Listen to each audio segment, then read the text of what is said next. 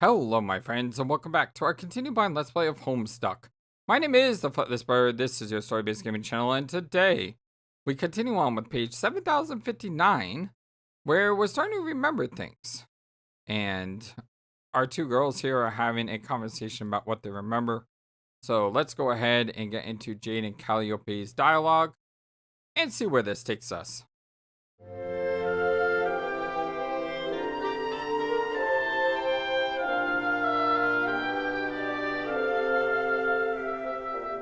I hope y'all having a wonderful, fantastic day today.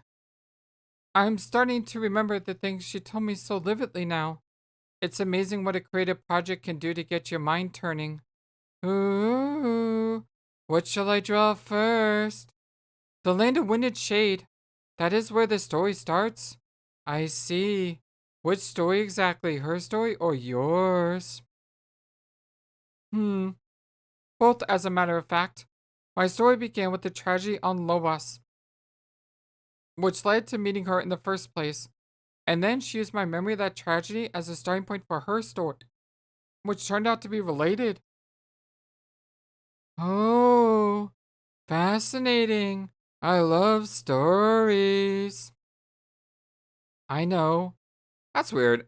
Why are there parentheses around those phrases? Is it because of like whispering, perhaps?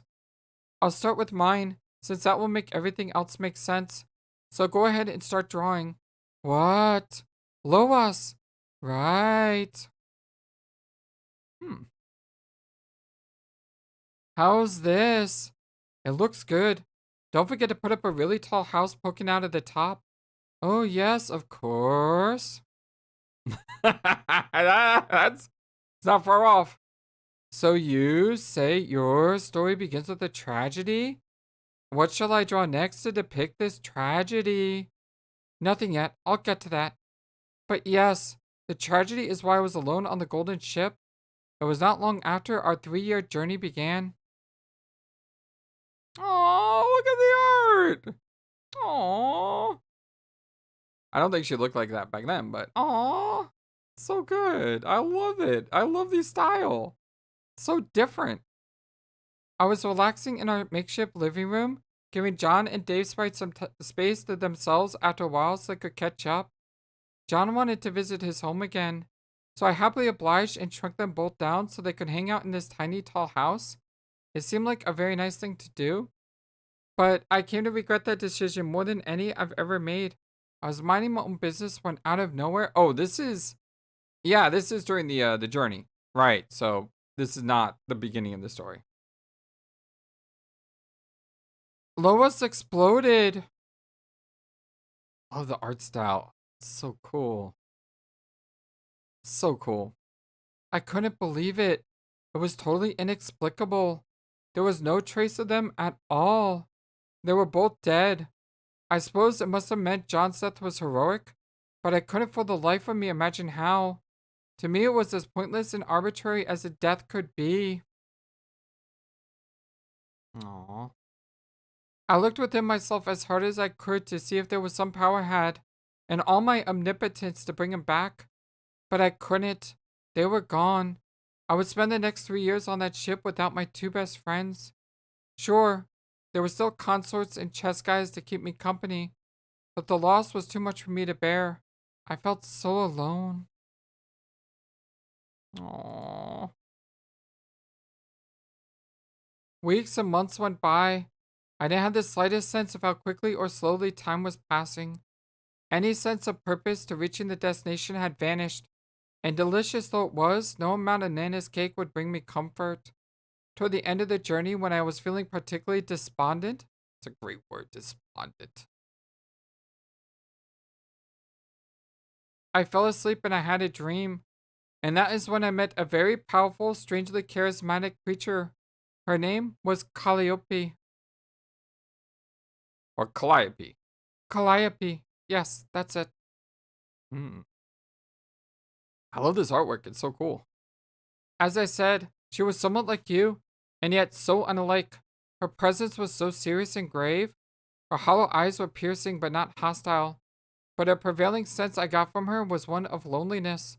Before she even said a word, I could feel it somehow. that there was a deeply lonely soul. Until I met her, I thought I was the loneliest person in the universe. But a feeling told me she had been here by herself for a long, long time. I felt sorry for her, and relating to her plight helped me overcome the feelings of intimidation. So we began to talk. We traded stories about ourselves. She spoke of the brother she killed. I spoke of the brother I lost. And when I mentioned John's death, that is when she became very serious again. She began to recount how John had died, repeating to me the same story I just told you. She described the spontaneous destruction of Loas, which left me alone for years. I wonder why she was recounting this tragedy that happened to me, and for that matter, how she knew of it herself. She went on to say that Lois was destroyed because John's denizen had suddenly woken up. Typhaeus, a giant monster of truly terrifying power. She said he had destroyed his land and slayed his own heir of breath, not out of malice, but to make a slight correction. I asked her, what do you mean correction? Whoa. Almost looks like a zero from 999. She said that that the John from my reality and his entire planet needed to be erased, and that the slumbering denizen and all his mysterious wisdom knew this. She told me that the dreams of a denizen draw from the same well of potential, from which every conceivable possibility arises, the same place Gaia gets its power from. So if an agreement with the denizen is reached in one reality, that same denizen in another reality could become aware of it and respond accordingly. It seems that John, somewhere in some other plane of existence, had made just such an agreement. She said that the John I knew, like herself, was only one version of a person. There was a different version of John from another reality poised to play a more significant role.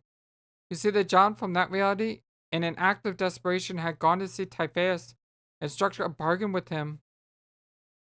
She would go on to explain the nature of that bargain in the next part of her story, but from my perspective, the consequence of this bargain was to lose my friends, and to live with that for years without understanding why.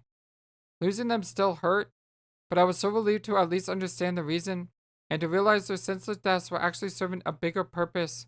I thanked her for letting me know. She was not human. She told me she was not human, and had no frame of reference for empathizing with my feelings. But if there was one thing she could relate to, it was the feeling of being alone, the feeling of waiting for what seemed like eternity by yourself, until finally your purpose presents itself. Ah, ah. I feel sorry for her. Not for myself, I suppose, but then again, that feeling is nothing new. Huh. It's an odd statement she made, though. What? Not having the frame of reference for empathizing with human feelings. If you asked me, I would say I had the advantage to relate to both humans and cherubs. So when you describe your feelings of sadness over losing friends, I'd have even more enough grounds for commiseration. Do you think that this version of me never... Never what? Never had human friends like I did? I have no idea. What a strange thought, to grow up with only my brother for company, and not even have my human friends to get me by. What a dreadful fate, that poor thing. Maybe that was the difference. What let her predominate over her brother was I was too, humanly socialized to succeed in my cherubic rite of passage. It could be. I don't know enough about the cherub rites of passage to say either way. Human rites of passage is either, for that matter. So then what happened? Right, anyway. That's when she began her story in earnest. The one she summoned me in my dreams to tell me. The story of the other John who made a deal with Typhaeus. It began with the same place mine did. Loas. Ah. So, go on. What? Draw Lois again. Oh, wait, all over again? No, you can just copy the first one you did. What a lovely idea. I'd hate to hold up the pace of your exciting tale with a bunch of superfluous doodling. good enough. Yes, but there are also supposed to be glitches around. Glitches? What do you mean by glitches? Like computer glitches, I think. That sounds hard to draw. Okay, why don't we not worry about showing the glitches for this story? They would just make it harder to see what's going on, which is probably the point now that I think about it. The point of what? I never thought much about it. It just seemed like a weird detail she mentioned. But I guess it was some strange form of corruption in their session that made everything harder to understand. Where did the corruption come from? I feel like I'm giving Calliope a different voice right now. But I feel like her voice and Jade's voice were too similar, so I need to differentiate from them somehow.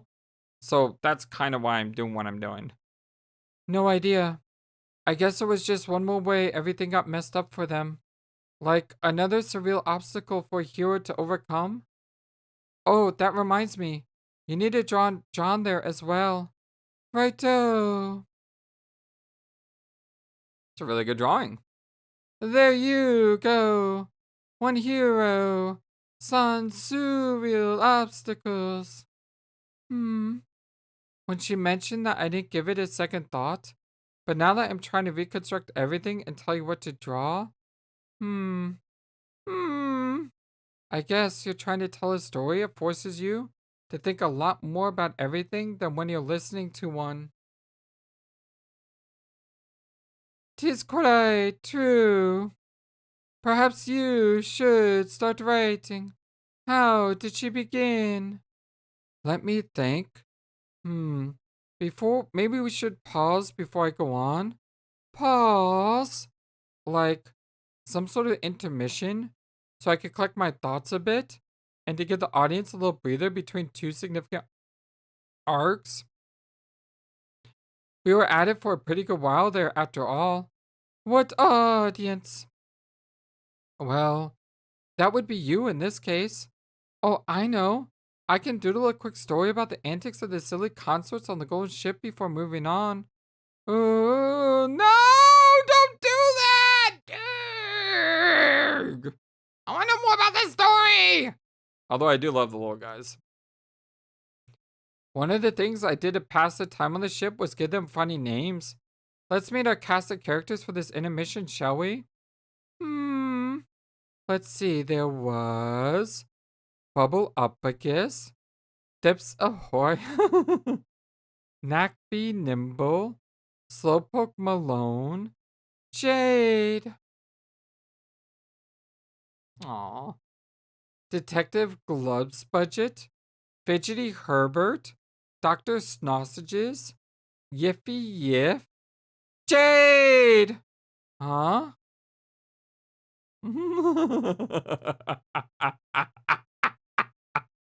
She is all of us right now. I'm sorry, but I don't care about this right now.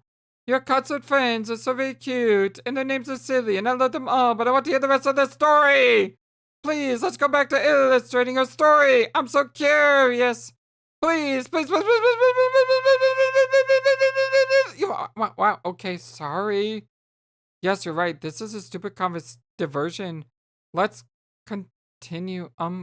Callie, your hand. She's green. Now oops. Ooh. Pay no attention to that. Do carry on.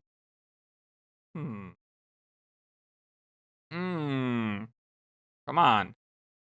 But thank you, Calliope, for like forcing the story forward. I appreciate that. So anyway, like I said, she just finished telling me that she was able to beat her brother in this reality, but apparently that wasn't supposed to happen. So she lived out the rest of her life in a doomed timeline, eventually died. She didn't mention how, and then she did this kind of fancy transition. Darn, I don't think I'll do it justice. I transitioned to a story about my brother, who was stuck in a doomed timeline too. I think I'll mess it up if I try to match what she said word for word. She had a really fanciful way of putting things. There's no need to try to recite what she said. Just tell the story in your own voice, as you have already been doing. It will be more fun that way. Okay, so the bottom line was almost all our friends had died, and John's only hope was to return to his planet and attempt to complete his personal quest. And as you know, we all have personal quests that are unique to our planets. The nature of the quest is never easy to understand at first. They are presented to us through enigmatic riddles conveyed through the lore of the land. For John, it was the journey to the place where constellations dance beneath the clouds. It was said the era of breath was to free the stars from the shade and release them into heaven. This was just a mysterious way of saying what he really had to do. The stars were actually fireflies. They've been flying around trapped beneath the overcast sky ever since John first brought Lois into existence by his arrival. And, paradoxically, they've been imprisoned there for ages even before that. Such is the way of our lands. They are newly born the day we arrive, and yet they always were. To free the fireflies, John would have to play a special song. It had to be played just right to summon the breeze through the pipes. But there was a problem. The pipes were all clogged with oil. The first day John came to his land, oil began oozing up from the core, flooding the pipes and filling the oceans. To play the song, first he would need to clean up all the oil, and to do that he would need to face the slumbering one himself. He would need to face Typhaeus. Well, he is a wind person, right? But as he wandered through the catacombs down to the planet's core, he wasn't thinking about freeing fireflies or cleaning up oil. He was seeking the help of his denizen to master a power he couldn't control. Luckily for him, denizens always seem to understand what you want, and more importantly, what you need, whether you know it or not.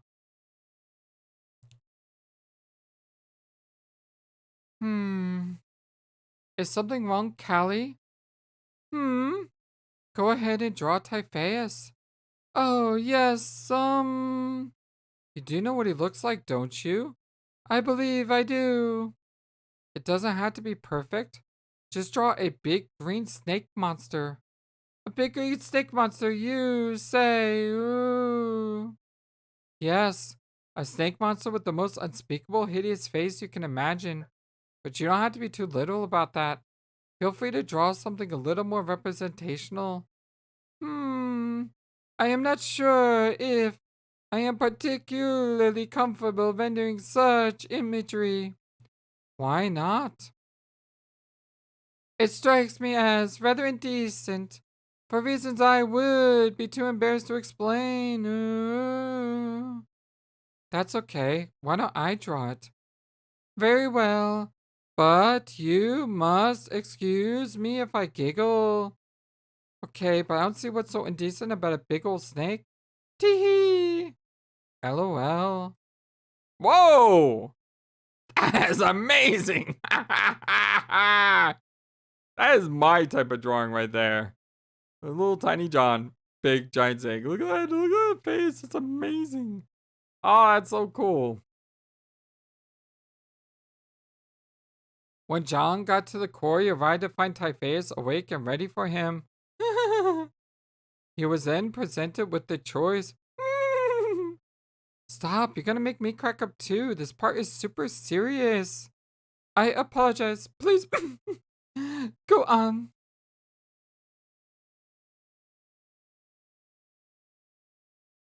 Fear the heavens, secret of mana. Ooh.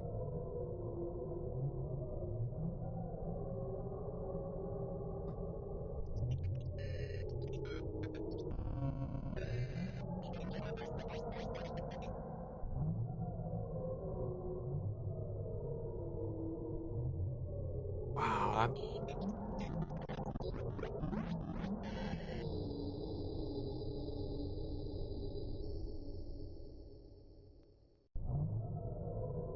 looks so cool. His choice was presented as a kind of a riddle, spoken in a language only he could understand, spelling out the conditions he must accept. But speaking from experience, once a player is given the choice between two choices of action, it will hardly feel like a choice at all. If the heart is in the right place, then the right thing to do always seems obvious. So John accepted his denizen terms, and with that, Typhaeus opened valves to the core and flooded it with oil. Ah! There was no way out.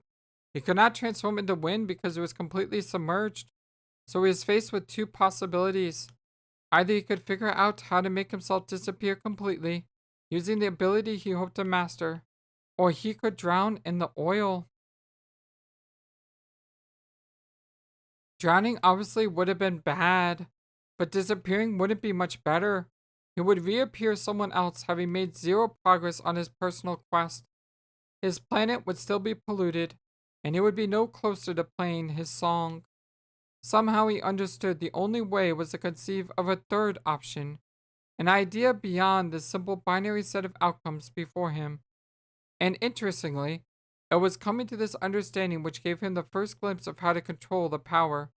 He realized it wasn't himself that he needed to make disappear. What, you make everything else disappear? It was the oil. He dispersed every drop throughout existence. Huh. Huh. I wonder if these were always there. I mean, John has some weird metagaming, or not metagaming, but like time distortion powers, which aren't time distortion. So, I wonder if, I mean, I would have seen stuff like this, right? Probably not that. But, you know, you would have seen stuff like that, right? I wonder if all these pages are now going to have this. Wait, didn't we already see the scene?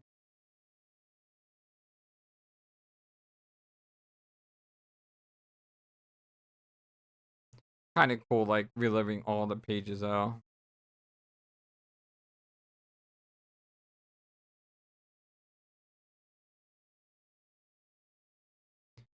Leaving a little mark for anyone who might notice, signifying his final mastery of his confining reality.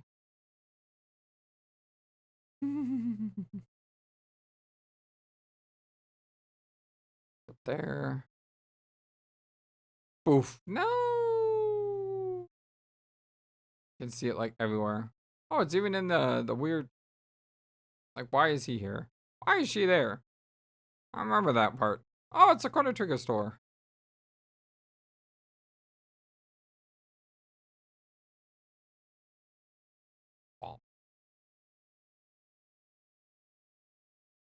Was that code?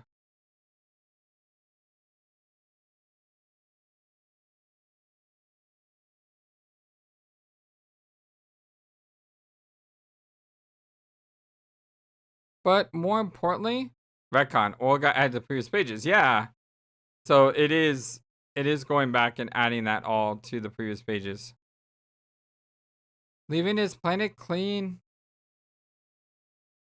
And the pipes clear. It's really cool how you do that.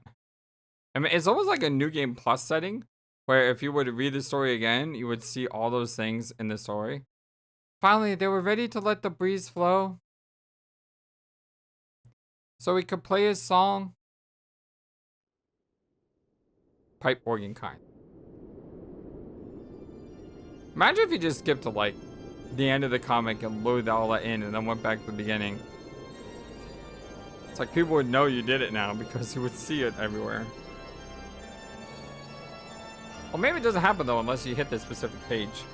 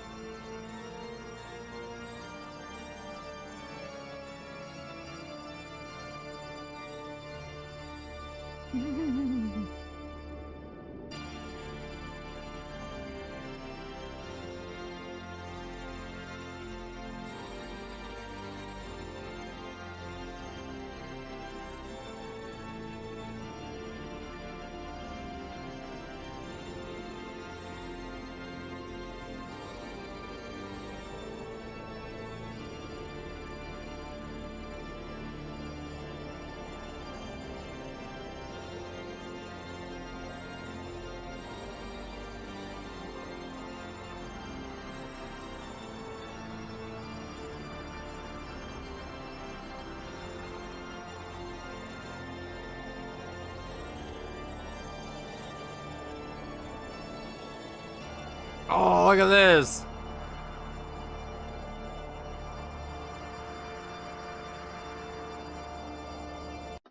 What the heck was that?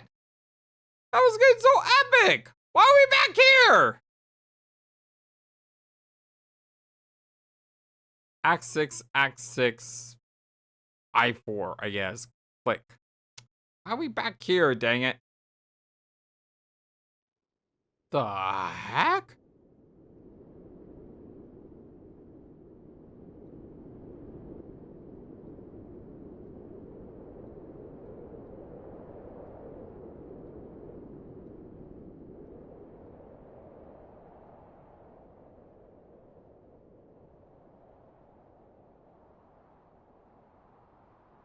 Oh.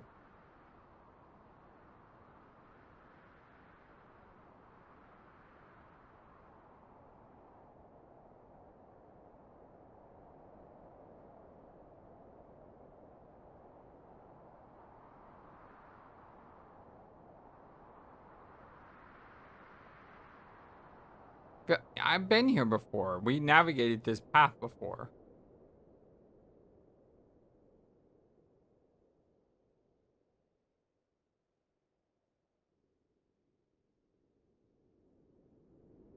Where are we going? Oh, hello.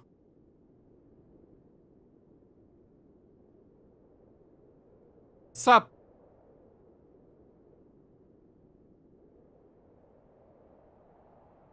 Oh, that's the end of the sequence.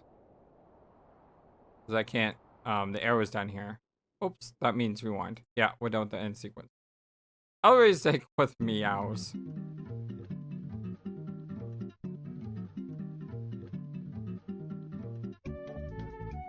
You find a spunky babe in a cool blue outfit hanging out on your planet.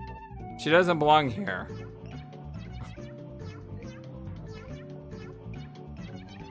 Oh dear God. What the heck is going on, you wonder loudly? You interrogate the rogue teen babe for answers. You mean girl, the rogue teen girl. Sup?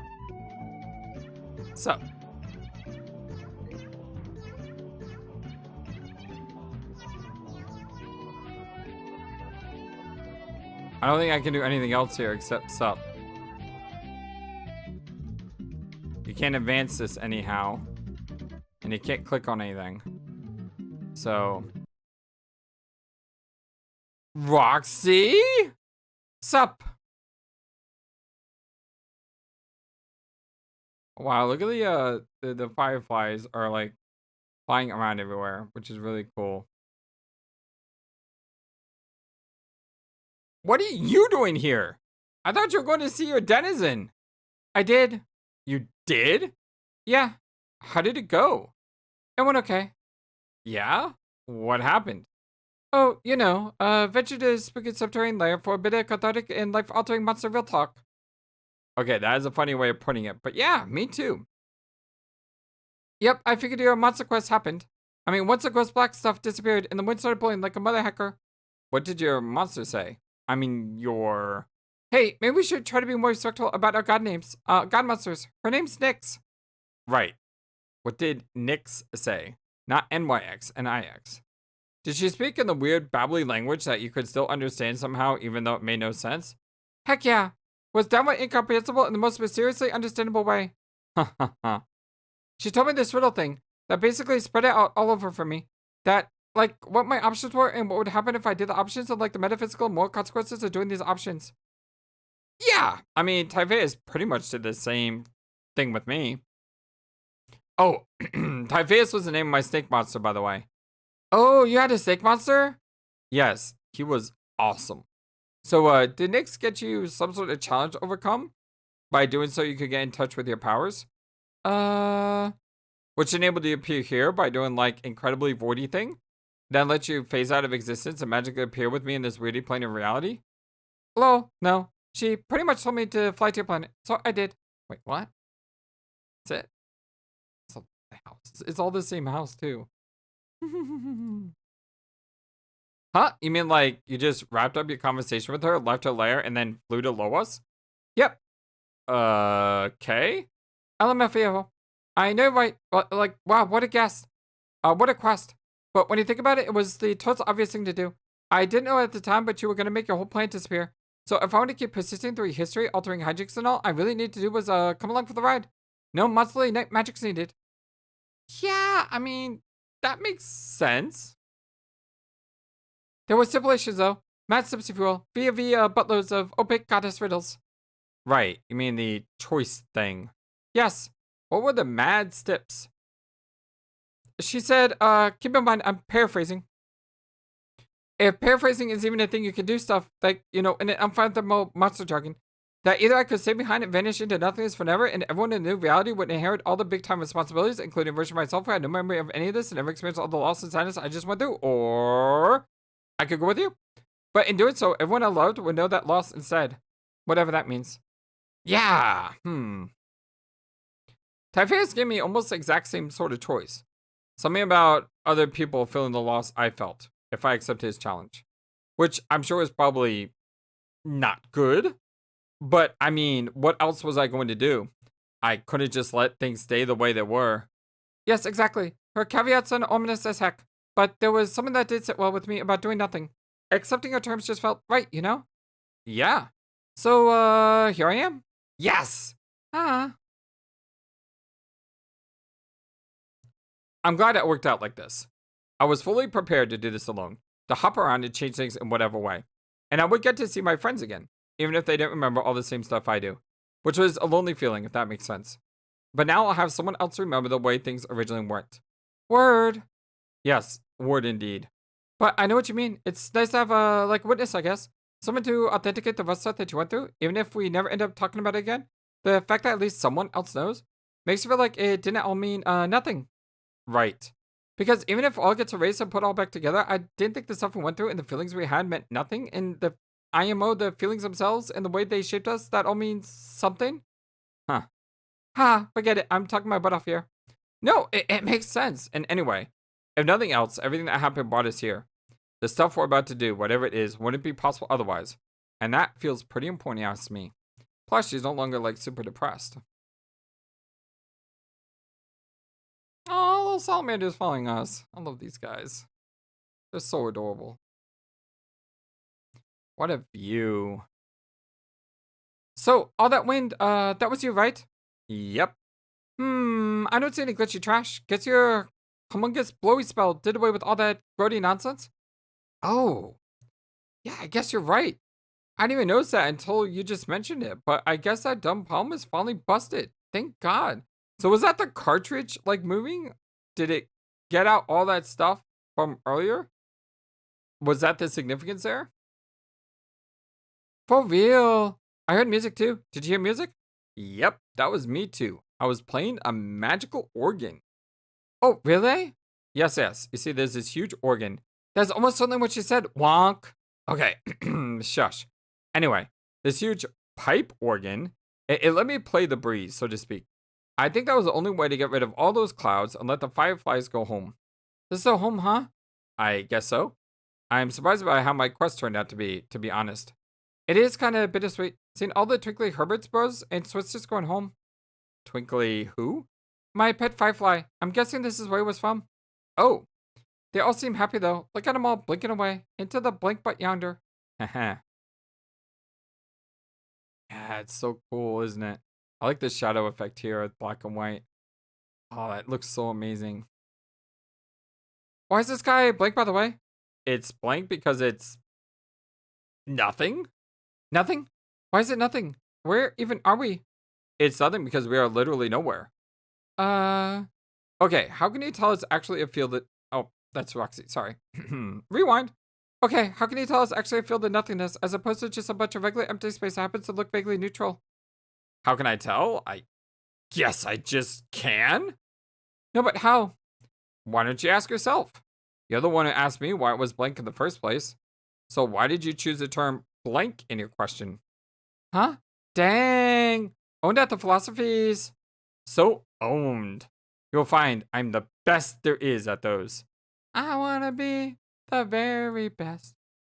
The best there ever was. Da, da, da, da. It's true. I'm always getting owned at those by you and your kin. Recently, a crazy dog sister was schooling me on perfectly generic cubes. You mean generic objects? Generic fort blocks. Yeah. Now you're dropping the truth bombs about blank skies on me. Should I be like innately stellar at this sort of stuff as a Void player? Must be coming off as slow as heck on the uptake here, aren't I? Not really. You seem pretty smart to me and pretty hot. I do. Yeah. You have a funny and snappy way of talking. Like Dave. But unlike that knucklehead, I sense that behind all your jokes, you're probably some kind of brainiac, like Rose. Wow. Don't get me wrong. I meant knucklehead in a good way. Dave is actually the best dude. You would like him. I bet you are correct. So Dave, he's my son, right? Arg! Huh? I mean, yeah, pretty much. Honestly, it gets weird to think about all our relations in that way sometimes. I getcha. Like when I think about you and Wolf Jade being the kids of Jane and Jake, OMG, that's so cute. So what is it you think's weird about Dave being my son? I think we should like just change the subject. Haha, alright. What were we talking about again? We were talking about blank skies and fort blocks and such. Oh yes. And you thought you should know more about the things that as a Void hero. Which reminds me, do you think you are any closer to making that alien egg? I mean, after seeing Nyx, did you feel like a power boost or anything? A power boost? Like Mega Man? Or no, not like Mega Man. I mean like, I don't know. You asked me if she taught me to do the Voidy thing. Well, did she? Nah, dude, I told you.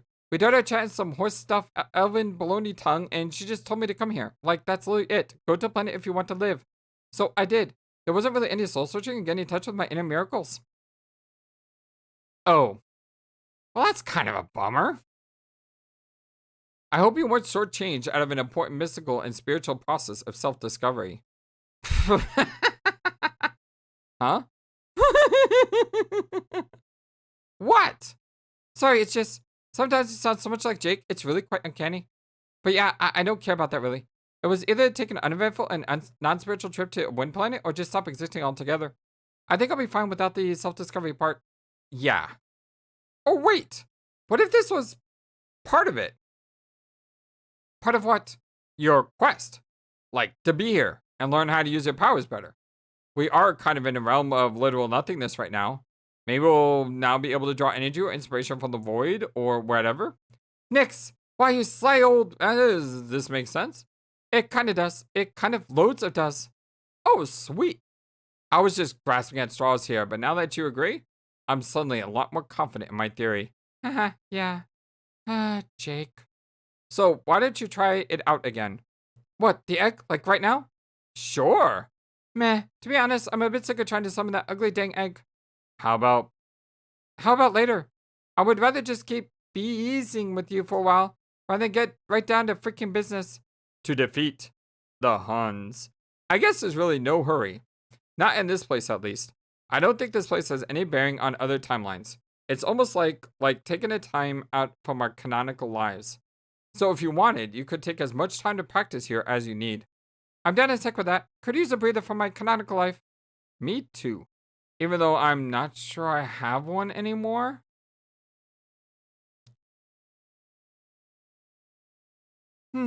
Well, since we already talked about my quest, and like the spiritual Mega Man style power boost and all, how about yours? How did that go? How'd it go? Pretty well, I'd say. No, but I knew you blew away some clouds and blanked out the sky and all, but the point was so you could learn how to control these zappy powers, did you? I think so. But you know, I haven't really tried to control jump yet. I see. Well, when you do, what do you think you'll jump to first? I have no idea. The thought of changing the timeline is still mad-boggling to me. Well, if nothing else, you really should go grab that ring before the stomach troll can take it. I mean, there was lots of problems already, but her coming back to life really screwed us over to the heckiest max possible. That's right. I definitely wanted to go back and get the ring off my couch before I lost it. At the very least, that way you can use it to help your friend. Yep. Any other ideas? Not yet. So much has happened, it's hard to even think about. And it's not even limited to what I've been through either. I've seen lots of other crazy stuff just from my random jumps. Like what? Like, like the last place I was actually. Just before I came back to find your session in ruins. Haha, I actually got into a pretty serious fight. Oh? With this guy, a skull kid. He's a huge butthole and horrible artist. You saw the skull kid's drawings? Unfortunately. In fact, I was in his drawings once. It was a true nightmare come to life. Huh. I'm pretty much convinced he's the guy behind all the problems we ever had, even though he is complete ignoramus. Then you mean it was Kelly's bro? Yeah, probably. I have a feeling someday we all have to take him down, but probably when he grows up to be his adult self. When I beat him up, it was just a teen scamp like us. With a skull for a head, a robot leg, a cape which I ripped to shreds, and a pair of dumb suspenders. You beat him up? Dang, y'all must be strong. Flex! Meh, not particularly. I was just really angry, and I caught him off guard drawing some horrible animes. Screw his animes. They were quite literally the worst animes I have ever seen. I hope I hurt his drawing hand, and he never does any more ugly art for the rest of his stupid immortal skull monster life. Yeah, I know that guy. He used to troll my friends all the time. Wait, no, he used to jeer us. What's such a tool? Is that his sword in the ground? It just occurred to me.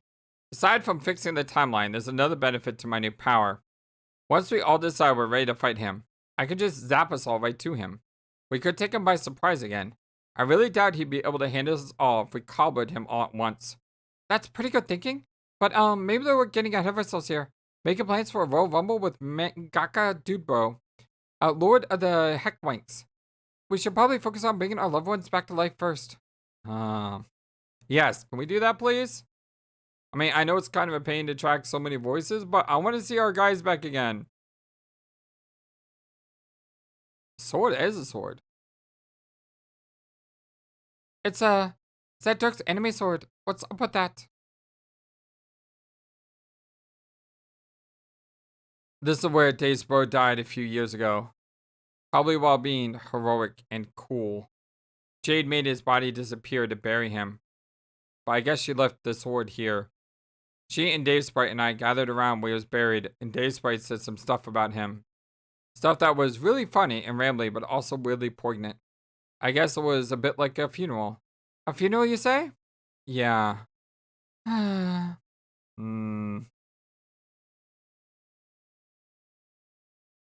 Phase. Yoink. Anyway.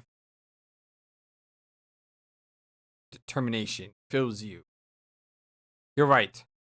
Taking a break from the mayhem is nice and all, but I should probably get going. I have a lot of responsibility now. I hope I can live up to it.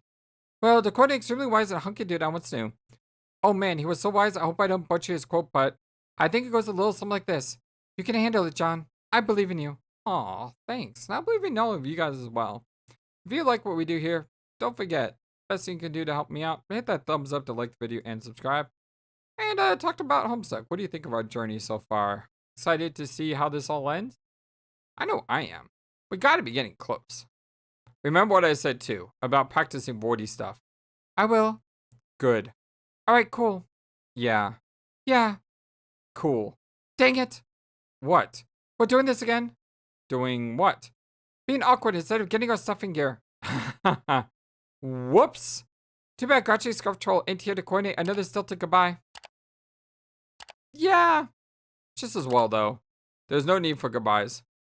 If I can really control it now, I should be able to come back here whenever, anytime I want, which means I won't be gone long.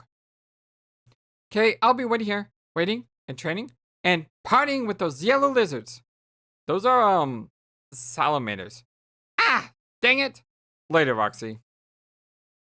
Whoosh. Bye. Whoa, that was cool. So superhero-like. Zap.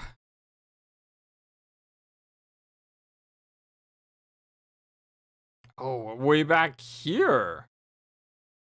Holy cow. Dude. I think this is my thumbnail from part 2 or something. Although it's a little bit different because of the perspective, but man. He looks so young. Yikes!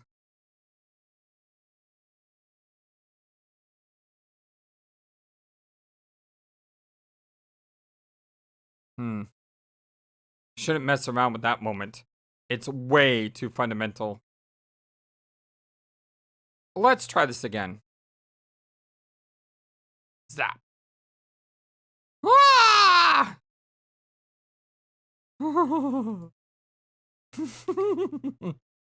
Ah! Wow, no, whatever's going on here, this is completely useless to history. I've said that a few times reading this comic. I'm like, why am I reading this right now? What is the point of this? I'm glad Hussey realizes, yeah, there were some things I wrote that, maybe we could have done without. Let's get it together, John. You gotta think to go somewhere relevant. Try to think of something that will help target a certain point in time. Try to think about, I like how this guy's just watching us.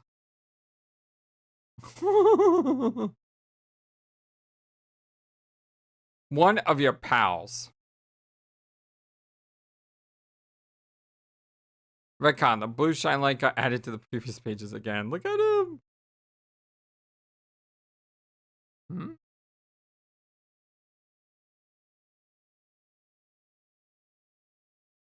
Wait a minute. I remember this. Hey, you shouldn't be here. What? Oh, this is one. Oh, this is so cool. This is from the other point of view now. Boosh. Act 6, Act 6, Act 1. Yeah. Oh, this is so cool. I like that. What the heck? Gotcha. Ow!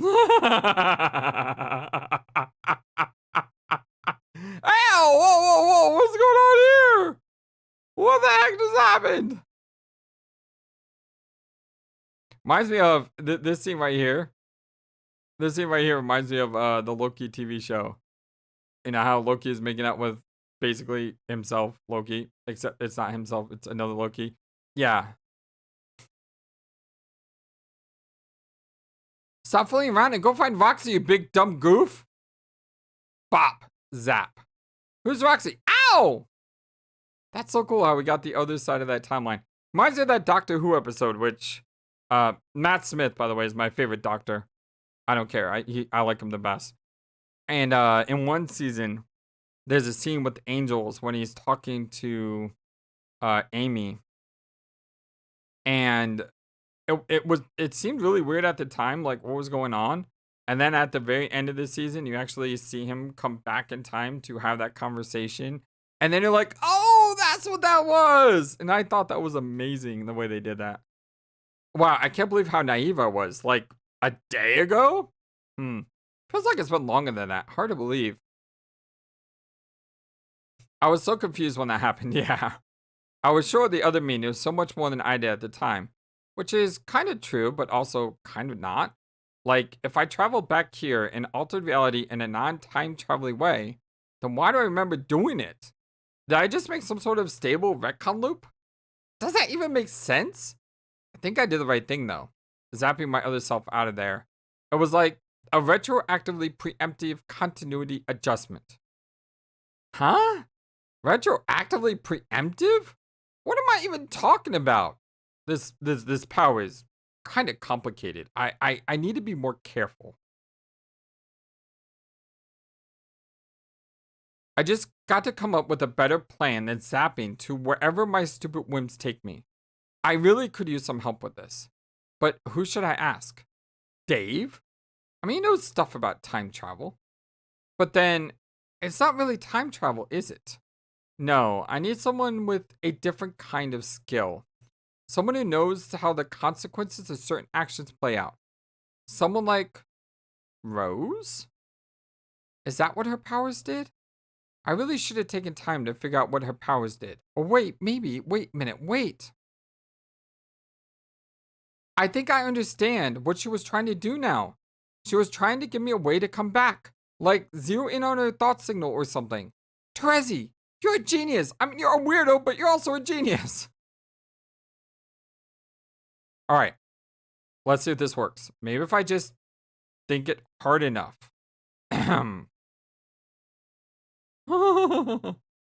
There's no place like home. Oh, that's right. There's no place like home. There's no place like home. Enter password. Home. Submit. Password link showed up. Look at the current page number. Keep an eye on where you are when you click to the next page. Look at the number again. Then click the new option that wasn't there before. Good luck.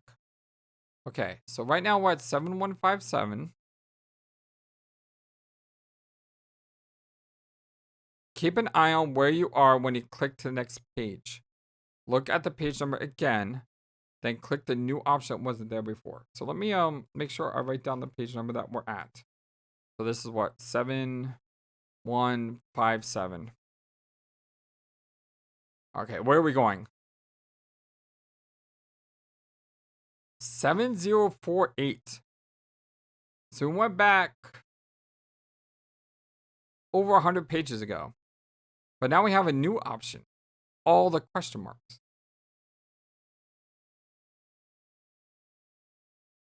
Enter password. Home? Or no place like home? I think it worked. But I didn't see the hint. Darn it. If I go back, will I see the hint? Okay, cool. If you don't know the password yet, it means you're not supposed to, dummy. Go back. All right, fair enough, fair enough. We know it's home. Or go back. So how does that work? This wasn't here before. So was this always here in like the original comic? And then you don't know the password, so you had to go back?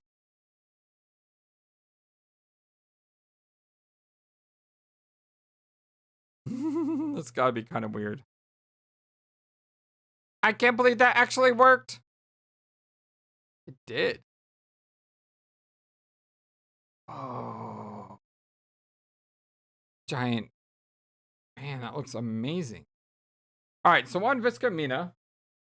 And we're at about 54 minutes. So I think this would be a good place to stop since we just transitioned to a new group of characters. Much love to you, my dear friends. Love you all so very much. Thank you for everything. Y'all are the #1 YouTube community, all YouTube, and I can't thank you enough for all that you do. I will see you again very soon. And until then, have a wonderful, fantastic, amazing, awesome day. So long, and take care. Thank you for watching this video and being the #1 YouTube community in all of YouTube. Feel free to comment on what you saw and what you would like to see next. I always love to hear from you. And remember that you matter, you are brilliant, and you are loved. Always be true to yourself and never let the world tell you any different. Much love to you from your friendly, feathered, flightless bird.